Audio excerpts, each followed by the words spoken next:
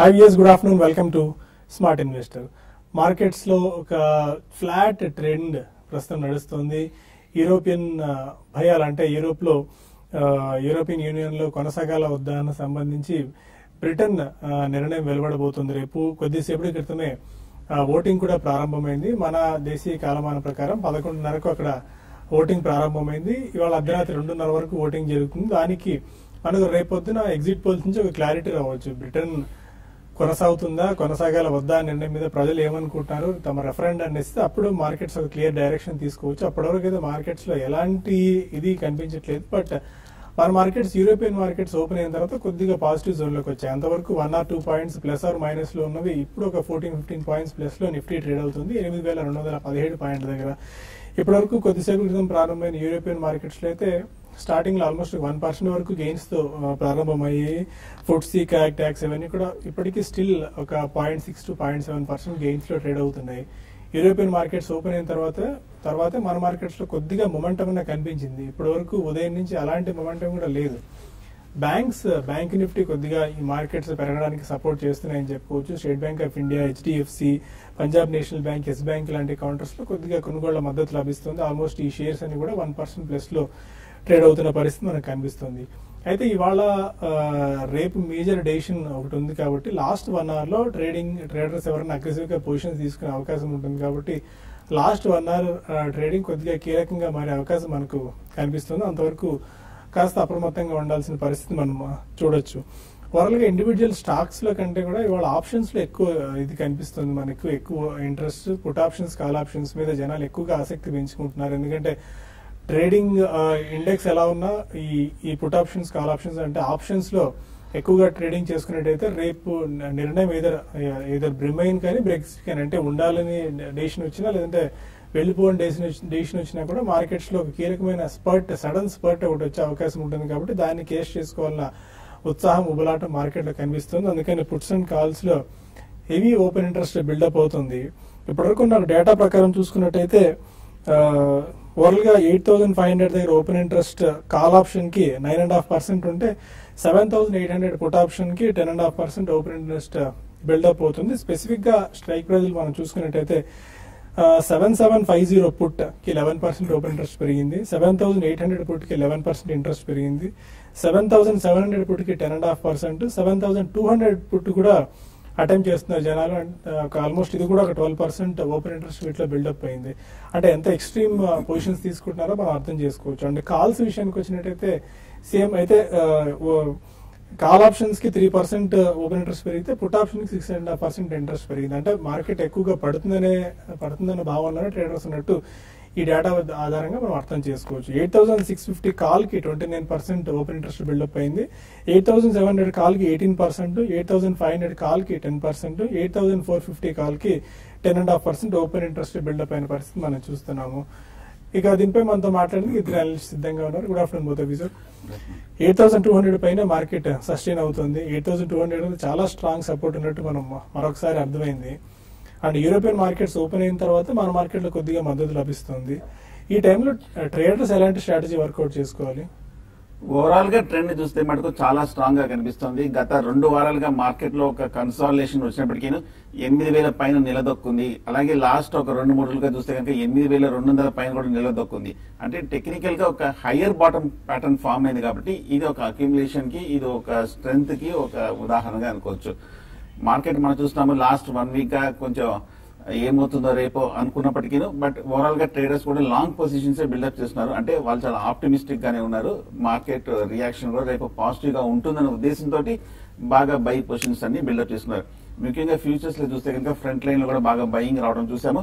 అలాగే ఆప్షన్స్ లో చూస్తే కనుక కాల్ ఆప్షన్స్ కి ఎక్కువ డిమాండ్ కనిపిస్తుంది. సో పుట్ ఆప్షన్స్ కి కొంచెం ఎక్కువ లేదు. కాబట్టి ఓవరాల్ గా కొంచెం బై పొజిషన్స్ లో ఉన్నారు. సో ఈ నేపథ్యంలో మార్కెట్ కొంచెం పాజిటివ్ గానే ఉంది. కాబట్టి 8,200 పైన కనుక ఇవాళ కూడా కన్సిస్టెంట్ గా ట్రేడ్ అవుతుంది. కాబట్టి సెకండ్ సెషన్ లో కూడా అప్ ట్రెండే కొనసాగే అవకాశాలు ఎక్కువ కనిపిస్తున్నాయి. సో ఈ నేపథ్యంలో కొంచెం రిస్క్ తీసుకునే ట్రేడర్స్, ముఖ్యంగా బాగా ఫ్యూచర్స్ లో స్వింగ్ ట్రేడింగ్ కి అంటే 2 రోజుల నుంచి 5 రోజుల మధ్యన స్పెక్యులేట్ చేసే వాళ్ళు లాంగ్ పొజిషన్ తీసుకొని 8,200 కింద క్లోజింగ్ బేసిస్ మీద స్టాప్ లాస్ పెట్టి హోల్డ్ చేయొచ్చు. అలాగే షార్ట్ పొజిషన్స్ కూడా ప్రస్తుతం అవాయిడ్ చేయడం మంచిది. అలాగే రేపు కనుక పొద్దున మార్కెట్ కనుక కొంచెం స్ట్రాంగ్ గా ఉందంటే మటుకు ఫర్దర్ గా లాంగ్ పొజిషన్స్ కూడా తీసుకోవచ్చు. So on the whole market positive గానే కనిపిస్తుంది. అలాగే బ్యాంక్ నిఫ్టీ కూడా మనం చూస్తున్నాము 17,500 దగ్గర 2-3 రోజులుగా సపోర్ట్ తీసుకుంది. కాకపోతే స్వల్ప రెసిస్టెన్స్ 17,800 దగ్గర కనిపిస్తుంది.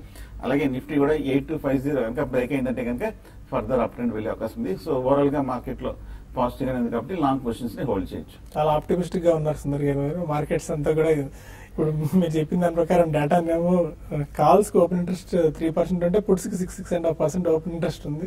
అంటే ఎందుకు అంత స్ట్రాంగ్ గా ఉన్నారు మీరు మార్కెట్స్ పెరుగుతాయని? నేను స్ట్రాంగ్ గా ఉండడం కన్నా ఓవరాల్ గా డేటా చార్ట్ చూస్తే కనుక టెక్నికల్ గా ఎప్పుడైతే కనుక జనరల్ గా థియరీ ఏం చెప్తుందంటే కనుక కరెక్షన్ వచ్చిన తర్వాత కూడా మార్కెట్ లోయర్ లోంచి రికవరీ అవటము, లేదంటే కనుక సపోర్ట్ పైన మెయింటైన్ చేయటము, లేదంటే కనుక పడకపోవటము, ఇవన్నీ కూడా మార్కెట్ కి కొంచెం ఆప్టిమిస్టిక్ సూచనలు. కాబట్టి ఆ మిర్రర్ రూల్ నే కొంచెం ఇంటర్ప్రిట్ చేశాను తప్ప కానీ ఓవరాల్ గా అయితే టెక్నికల్ గా పాజిటివ్ గానే కనిపిస్తుంది.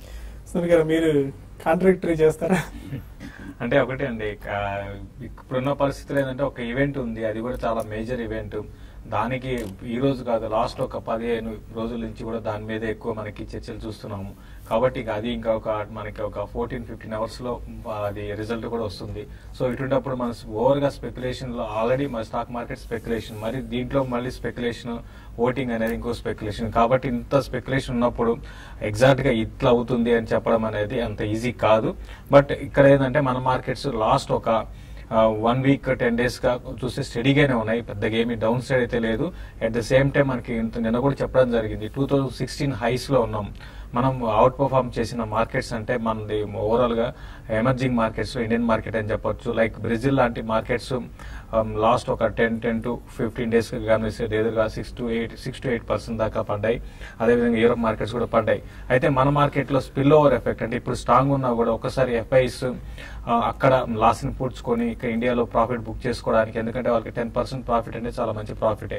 కాబట్టి లాస్ట్ ఒక 2-3 నెలలుగా చూస్తే మనకి ఒక 10-20% దాకా పెరిగిన స్టాక్స్ చాలా ఉన్నాయి. మరి ముఖ్యంగా ఇండెక్స్ స్టాక్స్ కూడా ఉన్నాయి.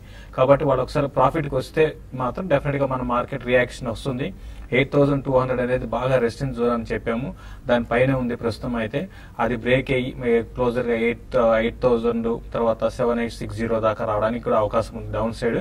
ఇంకా అప్ సైడ్ చూసుకుంటే అప్ సైడ్ మాత్రం లిమిటెడ్ గా ఉంటుంది, ఎందుకంటే ఆల్రెడీ ఈ ఫ్యాక్టర్ ఏవైతే ఉందో దానికి ఆల్రెడీ లాస్ట్ ఒక 3-4 రోజులుగా గ్లోబల్ మార్కెట్, ఎందుకంటే ఇప్పుడు వచ్చిన పోల్ ప్రకారం మనకి బ్రిటన్ మళ్ళీ యూరోపియన్ యూనియన్ లో ఉండే అవకాశాలు ఎక్కువ ఉన్నాయనే న్యూస్ కూడా వస్తుంది. దానివల్ల మనకి యూరోప్ మార్కెట్స్ కొంచెం పాజిటివ్ గా లాస్ట్ 3 రోజులు ఉన్నాయి. కాబట్టి దానికి ఆల్రెడీ ఎగ్జిట్ అంటే ఆ రిజల్ట్ కి మార్కెట్స్ డిస్కౌంట్ అయిపోయి ఉంటాయి. కాబట్టి అప్ సైడ్ లిమిట్ గా చూసుకుంటే 8,400 అంటే up side 200, down side 3 to 400 points దాకా ఉండొచ్చు. కాబట్టి దాన్ని బట్టి ట్రేడ్ చేసుకోమంటున్నాను. ఈ రోజు నిఫ్టీ మాత్రం పెరిగింది అంటే ప్రధాన కారణం బ్యాంక్ నిఫ్టీ అని చెప్పొచ్చు. మిగతా అన్ని సెక్టర్లు వీక్ ఉన్నాయి, ఒక బ్యాంక్ నిఫ్టీ మాత్రం కొంచెం పాజిటివ్ గా ఉందండి. ఓకే, ఇక కొంతమంది కాలర్స్ లైన్ లో ఉన్నారు. ఫస్ట్ కాలర్ నెల్లూరు నుంచి వినుత. అడగండి వినుత గారు. ఇండియా సిమెంట్స్ వేదాంత ఈ ప్రైస్ లో బై చేయొచ్చా? షార్ట్ టర్మ్ కి బాగుంటుందా, లాంగ్ టర్మ్ కి బాగుంటుందా? టార్గెట్స్ ఏమైనా చెప్పగలరా? ఓకే, వేదాంత చూస్తే కనుక ఈ మధ్య కాలంలో 65 రూపాయల నుంచి మనం 130 రూపాయల వరకు పెరగడం చూసాము. చాలా స్ట్రాంగ్ రన్అప్ రావడం జరిగింది. పైగా మన లాస్ట్ 1 year గా ఒక బేరిష్ ట్రెండ్ లో కూడా ఒక పూర్తిగా ఒక రిలీఫ్ ర్యాలీ కూడా రావడం జరిగింది. అలాగే షార్ట్ టర్మ్ టార్గెట్స్ కూడా రావడం జరిగింది. నా ఉద్దేశం అయితే కనుక టెక్నికల్ గా ఇంత బాగా రన్అప్ వచ్చింది కాబట్టి ఒక షార్ట్ టర్మ్ లో ఒక కన్సాలిడేషన్ కానీ కరెక్షన్ కానీ వచ్చే అవకాశాలు కనిపిస్తుంది. సో ప్రస్తుతం అయితే ఈ హై రేట్ లో చేసి ఇన్వెస్ట్ చేసే బదులు కొంచెం డిప్ కోసం వెయిట్ చేయడం మంచిది. అలాగే ఇండియా సిమెంట్ మనం చూస్తున్నాము టెక్నికల్ గా బుల్లిష్ గానే ఉంది. కాకపోతే ఈ స్టాక్ కూడా ఈ మధ్య కరెక్ట్ గా 65 రూపాయల బాటం నుంచి 105 రూపాయల వరకు పెరగడం చూసాము. అలాగే లాస్ట్ 1 year గా చూస్తే కనుక 110, 120 దగ్గర 2-3 మేజర్ టాప్స్ ఏర్పడింది. అక్కడికి వచ్చినప్పుడల్లా సెల్లింగ్ ప్రెషర్ కూడా వస్తుంది. ఇది పైగా 120 అనేది లాంగ్ టర్మ్ రెసిస్టెన్స్ కూడా ఉంది. కరెక్ట్ గా ఇదే స్టాక్ కూడా రన్అప్ కూడా రావడం జరిగింది. కాబట్టి 2 స్టాక్స్ మీరు హై రేట్ లో చేసే బదులు కొంచెం డిప్ లో వెయిట్ చేయడం మంచిది. అలా కాకుండా చాలా స్టాక్స్ కూడా కొంచెం మనం చూస్తే లాస్ట్ 1 month బాగా కన్సాలిడేషన్ ఇప్పుడే అప్ ట్రెండ్ మొదలవుతున్న స్టాక్స్ లో చూస్ చేసి దాన్ని పిక్ చేయడం బెటర్ అనిపిస్తుంది. హైదరాబాద్ నుంచి రామకృష్ణ మరో కాలర్. హలో అడగండి రామకృష్ణ గారు. Good afternoon sir. Good afternoon. గారికి క్వశ్చన్. అడగండి. టాటా స్టీల్ రేపటి ఈవెంట్ ని దృష్టిలో పెట్టుకుని టాటా స్టీల్ 350 కాల్ 310 పుట్టు తీసుకోవచ్చు ఈ టైంలో. ఏంటంటే మళ్ళీ మనకి ప్రాఫిట్ ఉండే ఛాన్స్ ఉంటుంది. ఏంటంటే టాటా స్టీల్ రేపు దీని దృష్టిలో ఉంచుకొని చెప్పి టాటా స్టీల్ పుట్టు కాలు 360 పుట్ అండ్ 360 కాలు 370 పుట్ తీసుకోవచ్చా?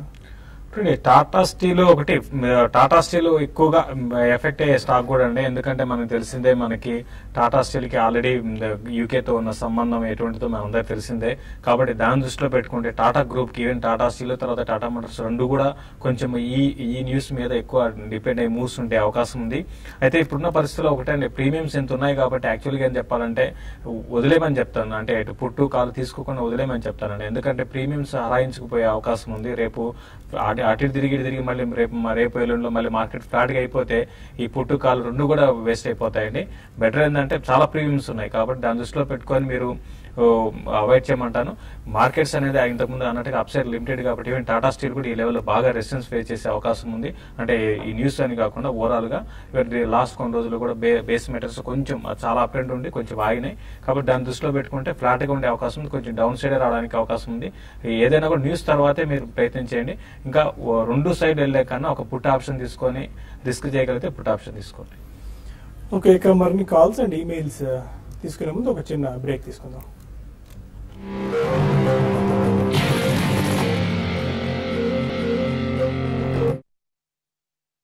Welcome back to smart investor. Rajahmundry నుంచి నాగేశ్వరరావు మరో కాలర్. అడే నాగేశ్వరరావు గారు గుజరాత్ ఎన్ఆర్ఐ కోసం శేషు గారిని అడుగుదామనండి. తీసుకున్నారండి? తీసుకుందాం అనుకుంటున్నారా? తీసుకున్నానండి. ఏ ప్రైస్ లో తీసుకున్నారు? 2.60. ఓకే. గుజరాత్ ఎన్ఆర్ఐ కోకో ఒకప్పుడు చూస్తే ఇది చాలా స్ట్రాంగ్ గా యాక్టివ్ గా ఉండేదండి. ఈవెన్ ట్రేడింగ్ పరంగా యాక్టివ్ ఉండేది. ఈవెన్ కంపెనీ ఫండమెంటల్స్ కూడా, అంటే నేను చెప్పేది ఒక కొన్ని ఏళ్ల క్రితం స్టోరీ. అయితే ఆ తర్వాత ఈ కంపెనీకి బాగా డెట్ లోకి రావడం చూసాము. దానివల్ల ఏంటంటే ఈ కంపెనీ ఒక్కసారి పెనీ స్టాక్ గా అయిపోయింది. కాబట్టి మీరు ఇటువంటి స్టాక్స్ కన్నా చాలా క్వాలిటీ స్టాక్స్ ఉన్నాయి కాబట్టి, అంటే ఇంతకుముందు హిస్టరీని చూసి మీరు ఆల్రెడీ బై చేశారు కాబట్టి ఇప్పుడు దానికి అనుగుణంగా ఏ మాత్రం ఫండమెంటల్స్ ఇంప్రూవ్ కాలేదు. కాబట్టి మీరు బెటర్ ఏంటంటే మీరు ర్యాలీస్ లో ఎగ్జిట్ కాండి. ఇప్పుడు కరెక్షన్స్ లో ఏదైనా మంచి కరెక్షన్ వస్తే బ్యాంక్స్ కానీ తర్వాత ఇన్ఫ్రాస్ట్రక్చర్ రిలేటెడ్ స్టాక్స్ లో మీరు లాంగ్ టర్మ్ కోసం ఇన్వెస్ట్ చేసుకోండి. హైదరాబాద్ నుంచి మున్నా మరో కాలర్. అడగండి మున్నా. హలో, గుడ్ ఆఫ్టర్నూన్, అడగండి. అశోక్ నేను మార్నింగ్ తీసుకున్నానండి. 99.15 పైసలు తీసుకున్నాను. ఒకసారి రిపీట్ చేయండి stock. Ashok Leyland. Ashok Leyland. Okay. ఇంకోటి హెచ్డిఎల్ తీసుకోవాలనుకున్నాను సార్. ఓకే. వచ్చి మార్నింగ్ ఏమో అశోక్ లేలాండ్ తీసుకున్నాను. మార్కెట్ పడుతుంది అంటున్నారు. ఏ రేట్ లో తీసుకుంటే బాగుంటుంది? అంటే మీరు ట్రేడరా ఇన్వెస్టరా? సార్ కానీ మీరు ట్రేడింగ్ చేస్తారా, ఇన్వెస్ట్మెంట్ గురించి తీసుకుందాం అనుకుంటున్నారా? ట్రేడింగ్ ట్రేడింగ్ అనుకున్నాను. Short time. చూడండి, హెచ్డిఏ నేను మార్నింగ్ హెచ్డిఏలు షార్ట్ ఇవ్వడం జరిగిందని సెల్ చేయమని చెప్పాను. ఆల్రెడీ స్టాక్ గాని చూసుకుంటే 102 దగ్గరగా 4% దాకా పడింది. ప్రస్తుతం అయితే 2.5% లో ఉందండి.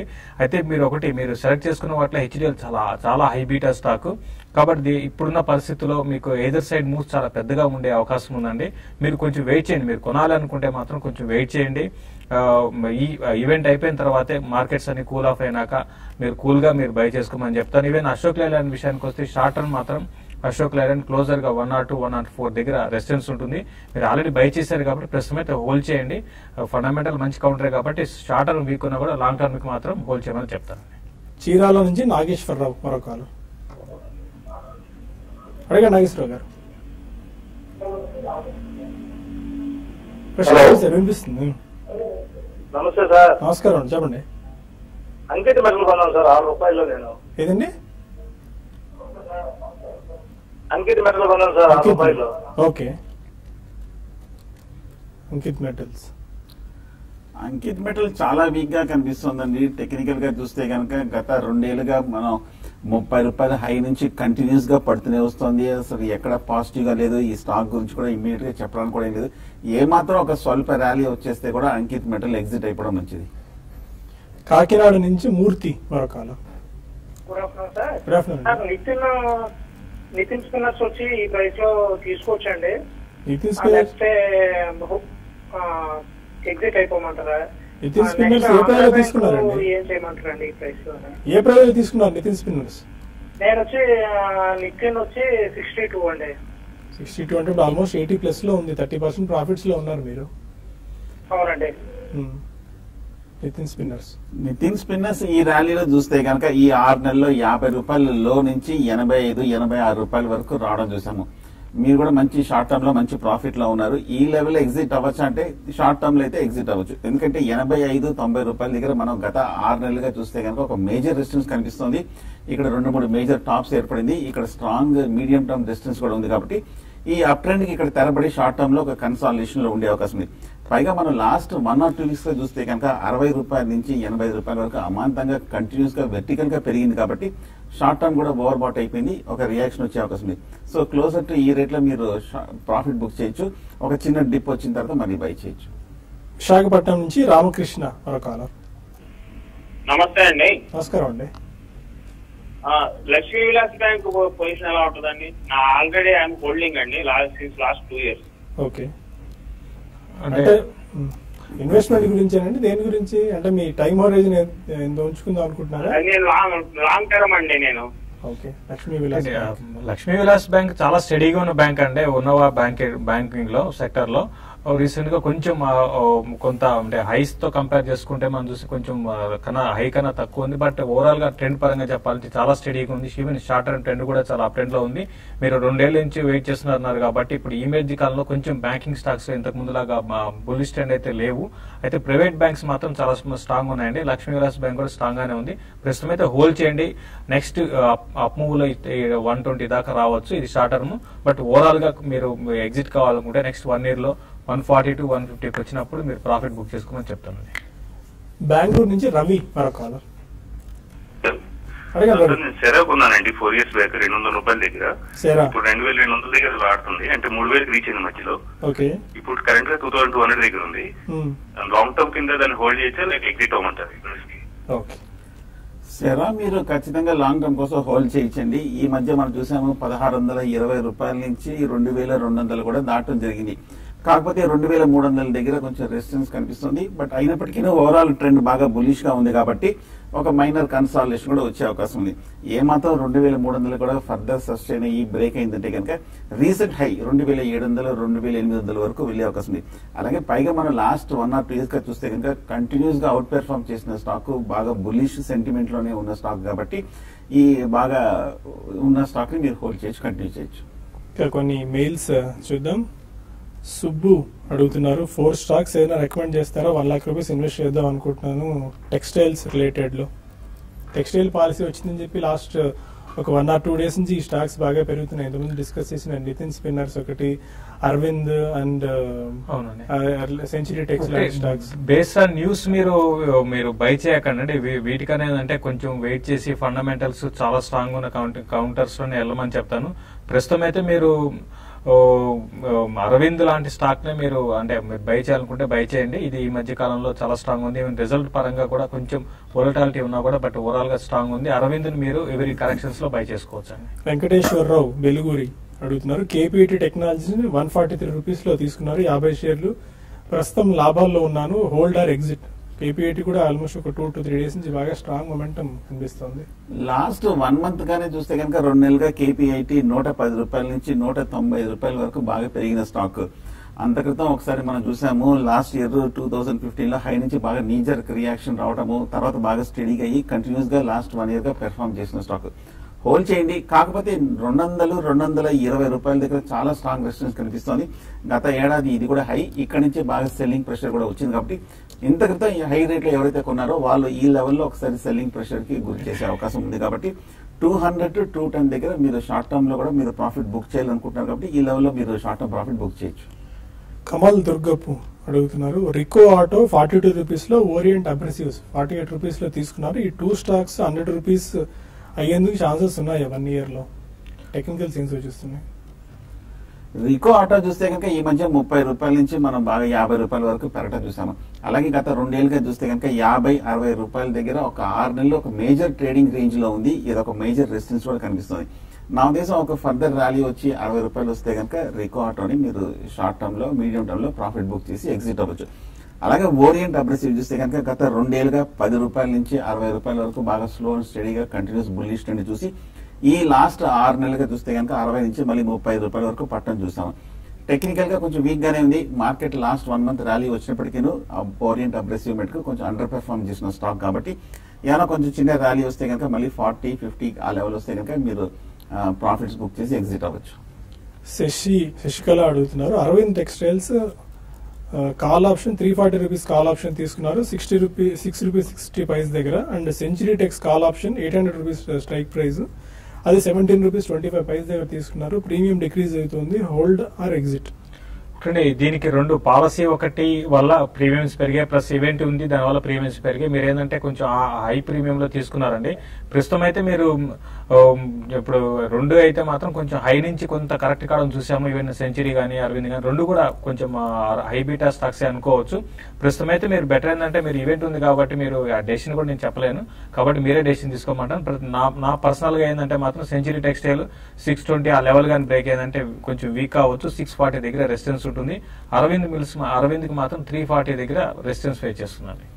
యూరోపియన్ మార్కెట్స్ ఆల్మోస్ట్ 0.5% నుంచి 1% గెయిన్స్ లోకి వచ్చాయి. చాలా strong buying momentum Europe markets లో ఎమర్జ్ అవుతుంది. దాన్ని బట్టి మన మార్కెట్స్ లో కూడా కొద్దిగా బయింగ్ ఇంట్రెస్ట్ వస్తుంది. హెవీ వెయిట్స్ లాంటి HUL, State Bank of India, RCom, Tata Motors, Bajaj auto, Yes Bank లాంటి స్టాక్స్ లో కొనుగోలు మద్దతు పెరుగుతుంది. ఈ స్టాక్స్ అన్ని కూడా ఇప్పుడు డే హైస్ దగ్గర ట్రేడ్ అవుతున్నాయి. Any closing trading remarks last 1 hour లో అయినా ట్రేడింగ్ ఉండొచ్చు, ఎందుకంటే ఇప్పుడు ఈ ప్యాటర్న్ బట్టి చూసుకున్నట్టయితే 1% గెయిన్ తో యూరోప్ మార్కెట్స్ ట్రేడ్ అవుతున్నాయి. కొద్దిగా బయింగ్ ఇంట్రెస్ట్ హెవీ వెయిట్స్ లో బిల్డప్ అవుతుంది. అండ్ దీన్ని బట్టి రేపు బ్రెక్సిట్ ఒక నాన్ ఈవెంట్ గా మిగిలిపోవచ్చా? కావడానికి కూడా అవకాశం ఉందండి. ఒకవేళ సర్ప్రైజింగ్ గా మనకి చూస్తే యూరోప్ మార్కెట్స్ కొంచెం స్ట్రాంగ్ ఉన్నాయి. ప్లస్ ఇంత మనకి గత 1 month గా చూసుకుంటే దీని మీద స్పెక్యులేషన్ ఎక్కువైపోయింది. కాబట్టి ఇది రేపు మామూలుగా నాన్ ఈవెంట్ లాగా ఒక నిఫ్టీ ఒక 100 పాయింట్స్ రేంజ్ లో ఉన్నా కూడా ఆశ్చర్యపోనవసరం లేదు. కాబట్టి దీని గురించి పెద్దగా పట్టించుకోకుండా ఇది ఈవెంట్ అయిపోయినాక నెక్స్ట్ వీక్ లో మార్కెట్స్ ట్రెండ్ చూసుకొని పొజిషన్ తీసుకోమని చెప్తానండి. Fine, thank you very much Uday visor. ఇది ఇవాల్టి స్మార్ట్ ఇన్వెస్టర్. రేపటి బిజినెస్ బ్రేక్ఫాస్ట్ మళ్ళీ కలుద్దాం. Stay with us.